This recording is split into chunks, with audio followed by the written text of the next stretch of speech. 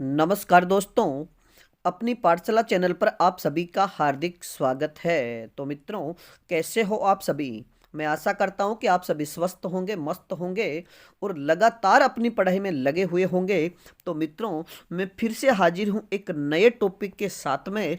और आज का हमारा टॉपिक होगा हिंदी साहित्य का काल विभाजन और नामकरण। यानी आज से हम हिंदी साहित्य के इतिहास को क्रमबद्ध अध्ययन करेंगे। और शुरुआत में यानी आज से हम शुरू कर रहे हैं हिंदी साहित्य का काल विभाजन और उसका नामकरण। विभिन्न विद्वानों द्वारा हिंदी साहित्य का जो कालक्रम और नामकरण किया गया उससे संबंधित विभिन्न प्रश्नों की चर्चा करने वाले हैं। तो मित्रों, शुरू करें आज का पहला प्रश्न। हिंदी साहित्य यानी साहित्य के इतिहास लेखन में कौन कौन सी पद्धतियां अपनाई गई? यानी हिंदी साहित्य का जो इतिहास लेखन किया गया इसमें प्रमुख रूप से कौन कौन सी पद्धतियां अपनाई गई? तो इसका सही उत्तर होगा वर्णानुक्रमी पद्धति, कालानुक्रमी, वैज्ञानिक और विधेयवादी प्रवृत्ति। लेकिन मित्रों याद रखिएगा कि सर्व प्रमुख मान्यता जिस पद्धति को दी गई है वो है विधेयवादी पद्धति। और आचार्य रामचंद्र शुक्ल का जो इतिहास ग्रंथ है वो विधेयवादी पद्धति पर आधारित है। अगला प्रश्न, किस पद्धति में कृतिकारों का परिचय वर्णमाला के अक्षर क्रम में दिया जाता है? यानी इतिहास लेखन की वह पद्धति कौन सी है जिसमें रचनाकारों का जो जीवन परिचय है अर्थात जिनकी रचनाओं का परिचय वर्णमाला के जो अक्षरों का क्रम है उसके हिसाब से दिया गया है? तो इसका सही उत्तर होगा वर्णानुक्रमी पद्धति। अगला प्रश्न, गारसा दे ताशी और शिव सिंह सेंगर ने कौन सी पद्धति अपनाई है? गारसा दे ताशी और शिव सिंह सेंगर ने कौन सी पद्धति अपनाई है? तो इसका सही उत्तर होगा वर्णानुक्रमी पद्धति। यानी इन्होंने अपना जो इतिहास लेखन का कार्य किया उसमें वर्णानुक्रमी पद्धति का प्रयोग किया है। अगला प्रश्न, जॉर्ज ग्रियर्सन और मिस्र बंधुओं ने साहित्य लेखन में कौन सी पद्धति अपनाई? जॉर्ज ग्रियर्सन और मिस्र बंधुओं ने साहित्य लेखन में कौन सी पद्धति अपनाई? तो इसका सही उत्तर होगा कालानुक्रमी पद्धति। और मित्रों, ये कालानुक्रमी जो पद्धति है, वर्णानुक्रमी पद्धति में यानी जितने भी रचनाकार हुए उनके नाम का जो पहला अक्षर है उसी के आधार पर उनको क्रमबद्ध किया गया है, चाहे उसका जन्म आदिकाल में हुआ हो चाहे आधुनिक काल में। अब आधुनिक काल में जैसे ऐसे शुरू होने वाला कोई कवि है और आदिकाल में भी जिस कवि का नाम जैसे अमीर खुसरो है और इधर जैसे किसी कवि का नाम ऐसे शुरू हो रहा है तो दोनों को एक जगह लिखा गया है। तो ये पद्धति वर्णानुक्रमी और कालानुक्रमी यानी कवियों के जन्म के आधार पर जिस पद्धति को अपनाया गया वो कालानुक्रमी पद्धति है। अब बात करें अगले प्रश्न की। आचार्य रामचंद्र शुक्ल ने अपने साहित्य लेखन में किस पद्धति को अपनाया या किस पद्धति का सहारा लिया? तो इसका सही उत्तर होगा विधेयवादी पद्धति। अगला प्रश्न, हिंदी साहित्य के इतिहास लेखन की परंपरा का सूत्रपात किसने किया? यानी हिंदी साहित्य के इतिहास लेखन की जो परंपरा है उसका सूत्रपात किसने किया? तो इसका सही उत्तर होगा गारसा दे ताशी ने। और मित्रों याद रखिएगा कि गारसा दे ताशी ये फ्रेंच विद्वान है। और आपसे अगर प्रश्न पूछा जाए कि हिंदी साहित्य का सर्वप्रथम इतिहास किस भाषा में लिखा गया तो इसका सही उत्तर होगा फ्रेंच भाषा में। अगला प्रश्न, गारसा दे ताशी ने किस ग्रंथ की रचना की? गारसा दे ताशी ने किस ग्रंथ की रचना की? तो इसका सही उत्तर होगा इस्तवार द ला लिटरेचर एंदुई ए हिंदुस्तानी। कि गारसा दे ताशी ने भारतीय जो हिंदी साहित्य का इतिहास है इसका लिखने का जो कार्य किया वह इस्तवार द ला लिटरेचर एंदुई ए हिंदुस्तानी ग्रंथ में किया है। अगला प्रश्न, इस्तवार द ला लिटरेचर एंदुई ए हिंदुस्तानी ग्रंथ कितने भागों में प्रकाशित हुआ? यानी गारसा दे ताशी द्वारा लिखा गया जो इस्तवार द ला लिटरेचर हिंदुई ए हिंदुस्तानी जो ग्रंथ है ये कितने भागों में प्रकाशित हुआ? तो इसका सही उत्तर होगा 2 भागों में। और मित्रों याद रखिएगा कि प्रथम भाग का प्रकाशन 1839 ईस्वी में और द्वितीय भाग का जो प्रकाशन है वो 1847 ईस्वी में हुआ। और मित्रों इससे संबंधित प्रश्न आपसे परीक्षा में पूछा जा सकता है। अब बात करें अगले प्रश्न की। हिंदी भाषा में लिखा गया प्रथम हिंदी साहित्य का इतिहास ग्रंथ कौन सा है? यानी हिंदी भाषा में लिखा गया हिंदी साहित्य का इतिहास ग्रंथ कौन सा है? तो इसका सही उत्तर होगा शिव सिंह सरोज। और इसके लेखक, इस ग्रंथ के रचयिता शिव सिंह सेंगर है। मित्रों याद रखिएगा कि हिंदी भाषा में लिखा गया प्रथम हिंदी साहित्य का इतिहास ग्रंथ शिव सिंह सरोज है। अगला प्रश्न, शिव सिंह सरोज नामक ग्रंथ का या शिव सिंह ग्रंथ सरोज ग्रंथ का प्रकाशन कब हुआ? तो इसका सही उत्तर होगा 1883 ईस्वी में। मित्रों याद रखिएगा कि शिव सिंह सेंगर द्वारा रचित जो ग्रंथ है शिव सिंह सरोज ग्रंथ का प्रकाशन 1883 ईस्वी में हुआ और इसमें लगभग 1000 कवियों का जीवन परिचय दिया गया है। अगला प्रश्न,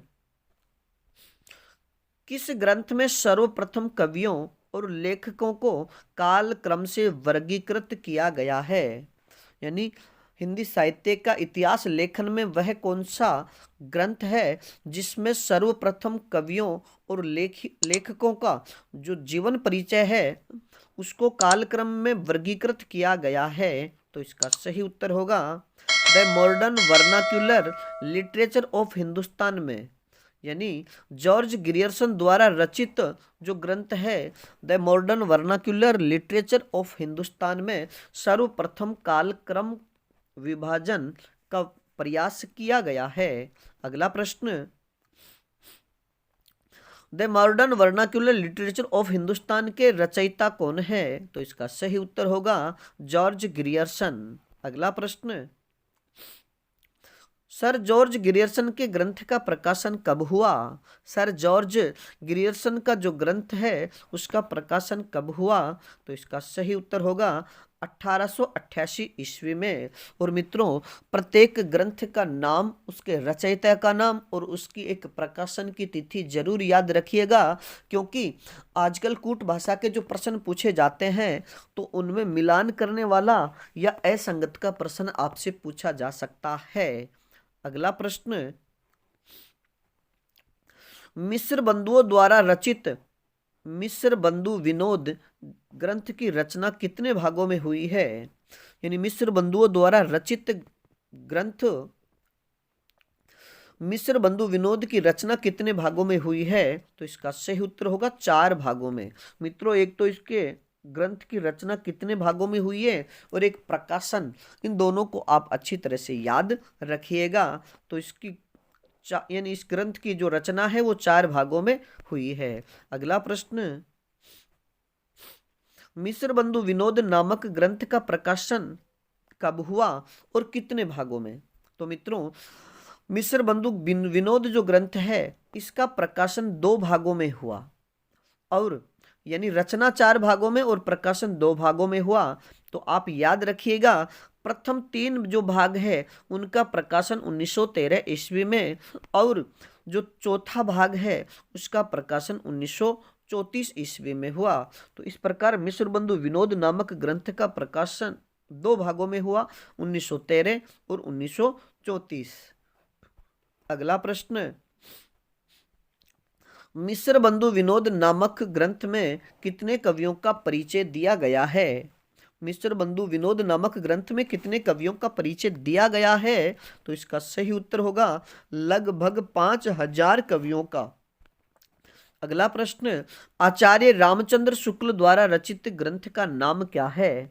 आचार्य रामचंद्र शुक्ल का हिंदी साहित्य इतिहास लेखन के रूप में जो लिखा गया ग्रंथ है उसका नाम क्या है? तो इसका सही उत्तर होगा हिंदी साहित्य का इतिहास। अगला प्रश्न, आचार्य रामचंद्र शुक्ल का हिंदी साहित्य का इतिहास सर्वप्रथम किस नाम से प्रकाशित हुआ था? यानी आचार्य रामचंद्र शुक्ल का जो हिंदी साहित्य का इतिहास सर्वप्रथम किस नाम से लिखा गया? तो इसका सही उत्तर होगा 1929 में हिंदी शब्द सागर की भूमिका में हिंदी साहित्य का विकास नाम से।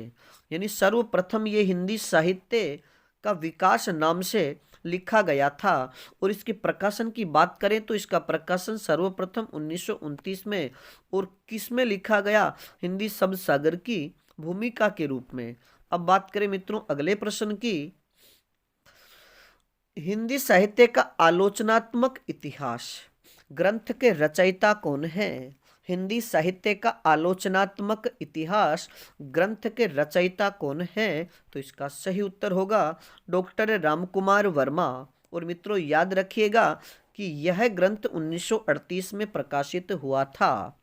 यानी हिंदी साहित्य का आलोचनात्मक ग्रंथ डॉक्टर रामकुमार वर्मा द्वारा लिखा गया और इसके प्रकाशन की बात करें तो 1938 में इसका प्रकाशन हुआ। अगला प्रश्न,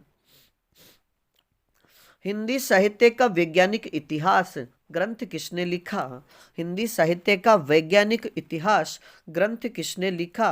तो इसका सही उत्तर होगा डॉक्टर गणपति चंद्र गुप्त ने। और मित्रों याद रखिएगा कि हिंदी साहित्य का जो वैज्ञानिक इतिहास ग्रंथ है इसका प्रकाशन 1965 में हुआ।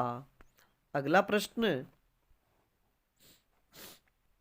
डॉक्टर गणपति चंद्र गुप्त ने हिंदी साहित्य के इतिहास को कितने भागों में बांटा है? यानी डॉक्टर गणपति चंद्र गुप्त ने हिंदी साहित्य का जो इतिहास लेखन लिखा उसमें हमारे हिंदी साहित्य के इतिहास को कितने भागों में बांटा है? तो इसका सही उत्तर होगा 3 भागों में। और मित्रों याद रखिएगा जो प्रारंभिक और 3 भाग कौन कौन से हैं? एक तो प्रारंभिक काल, एक मध्यकाल और एक आधुनिक काल। अब बात करें आज के अगले प्रश्न की, जॉर्ज ग्रियर्सन ने अपने इतिहास ग्रंथ में हिंदी साहित्य को कितने भागों में बांटा है? यानी जॉर्ज ग्रियर्सन ने अपने इतिहास ग्रंथ में, और इनके इतिहास ग्रंथ का नाम है the modern vernacular literature of Hindustan, में हिंदी साहित्य का जो काल विभाजन किया वो कितने भागों में है? तो इसका सही उत्तर होगा 12 भागों में। और मित्रों सबसे ज्यादा विभाजन करने वाले, काल विभाजन करने वाले जो व्यक्ति हैं वो जॉर्ज ग्रियर्सन है। उन्होंने हिंदी साहित्य के इतिहास को 12 भागों में विभाजन किया है जिसकी हम आगे वाली कक्षा में चर्चा करेंगे। अब बात करें आज के अगले प्रश्न की, आचार्य रामचंद्र शुक्ल ने हिंदी साहित्य को कितने भागों में बांटा है? यानी आचार्य रामचंद्र शुक्ल ने हिंदी साहित्य का जो काल विभाजन किया वो कितने भागों में है? तो इसका सही उत्तर होगा 4 भागों में। और मित्रों याद रखिएगा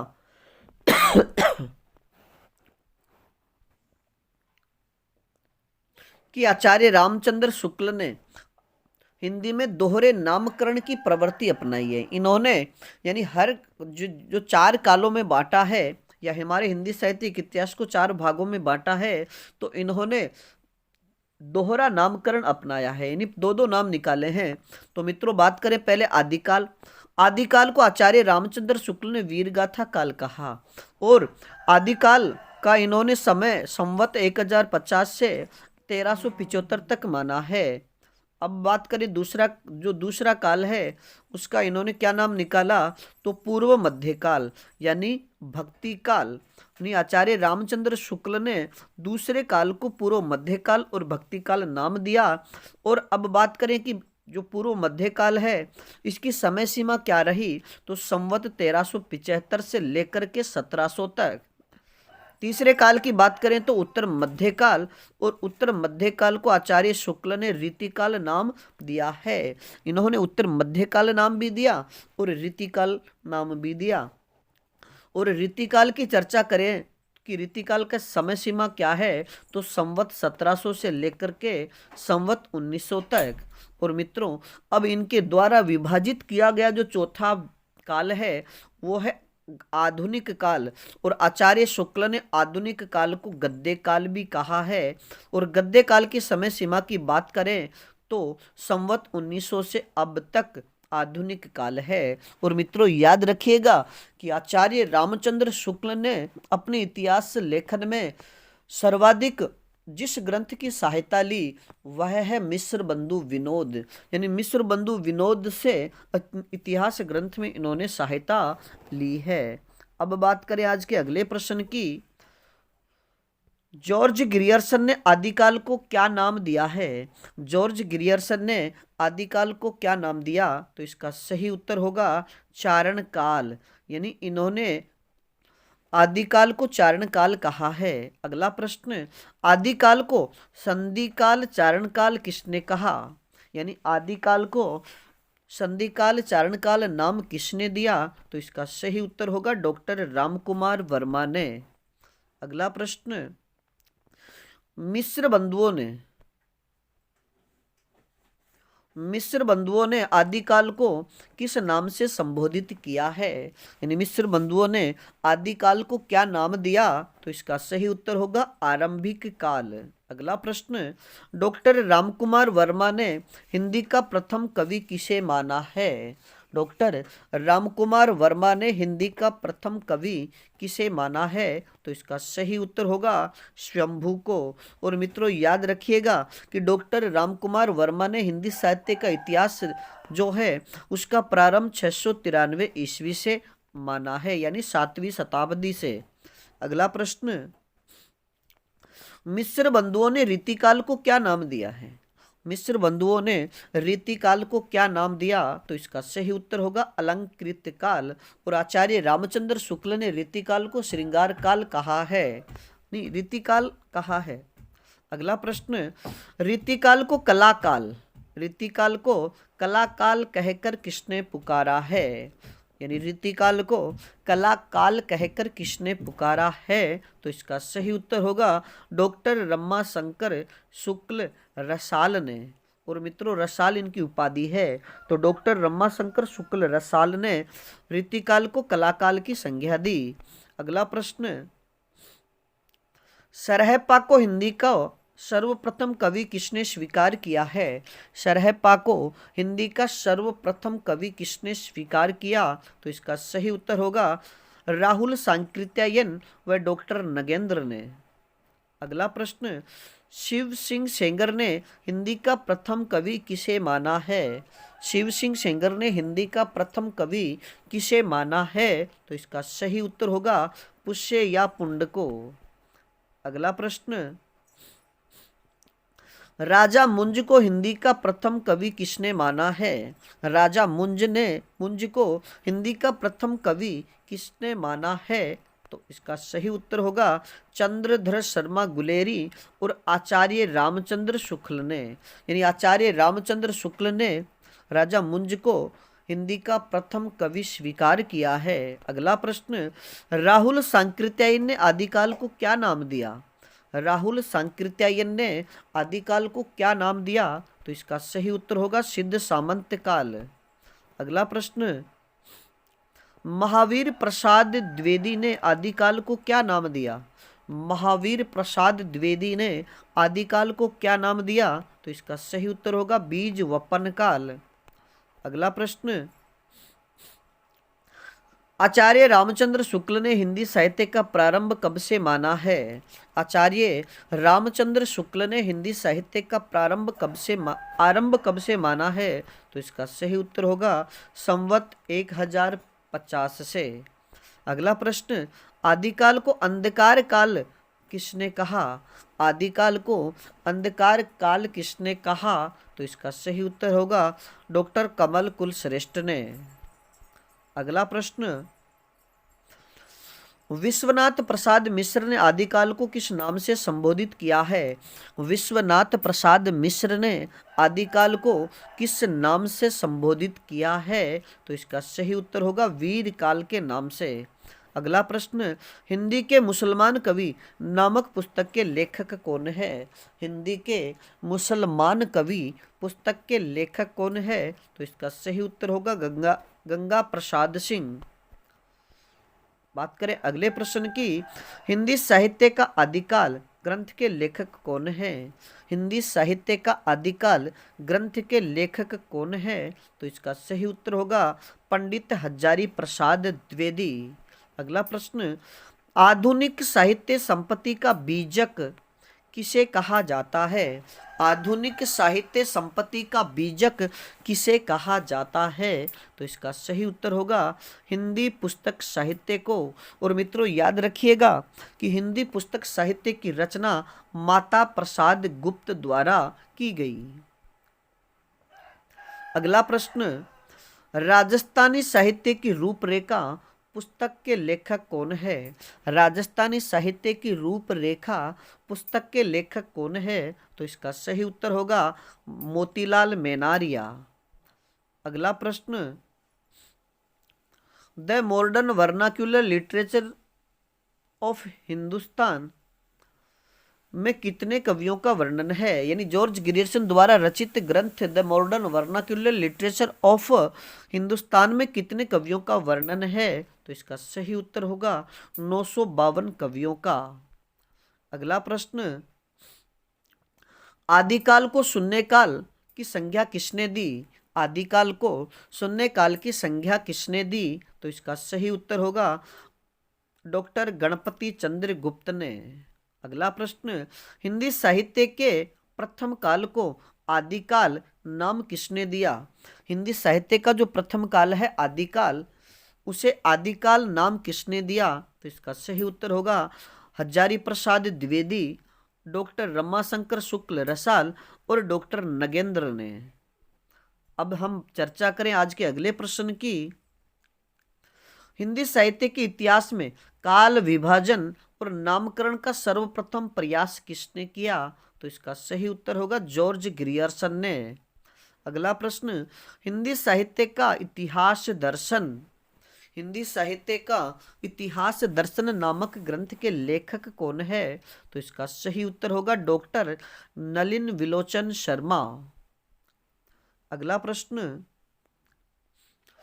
शुक्ल प्रणीत साहित्य इतिहास में सर्वाधिक विवादास्पद काल कौन सा रहा? यानी आचार्य रामचंद्र शुक्ल द्वारा लिखा गया हिंदी साहित्य का जो इतिहास ग्रंथ है उसमें कौन सा काल सबसे ज्यादा विवादास्पद रहा? तो इसका सही उत्तर होगा वीर गाथा काल। अगला प्रश्न, आचार्य रामचंद्र शुक्ल ने आधुनिक काल को क्या नाम दिया है? आचार्य रामचंद्र शुक्ल ने आदिकाल को क्या नाम दिया? तो इसका सही उत्तर होगा गद्य काल। और मित्रों अब हम चर्चा करें आज की कक्षा के अंतिम प्रश्न की, राहुल सांकृत्यायन हिंदी का प्रथम कवि किसे मानते हैं? राहुल सांकृत्यायन हिंदी का प्रथम कवि किसे मानते हैं? तो इसका सही उत्तर होगा सरहपा को। और मित्रों याद रखिएगा कि सरहपा की जो रचना है उसका नाम है दोहा कोश। तो मित्रों आज के लिए इतना ही, बाकी फिर मिलेंगे एक नए टॉपिक के साथ में। तब तक आप अपने अध्ययन में जुटे रहिएगा और इस श्रृंखला में अगर किसी प्रकार की त्रुटि हो तो आप हमें कमेंट्स में ज़रूर बताइएगा। और अगर हमारे चैनल पर नए हो तो हमारे चैनल को लाइक, सब्सक्राइब और शेयर ज़रूर कीजिए। धन्यवाद।